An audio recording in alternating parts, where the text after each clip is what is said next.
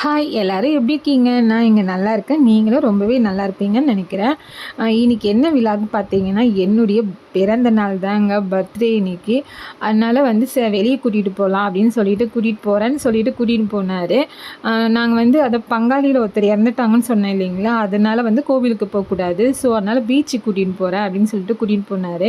இவர் எப்போவுமே எனக்கு வந்து சர்ப்ரைஸ் கிஃப்ட்டுன்னு எதுவுமே பண்ணது கிடையாது. நானும் ஒவ்வொரு வருஷமும் திட்டிக்கிட்டே இருப்பேன். இந்த வருஷமும் அதே மாதிரி தான் திட்டினேன்.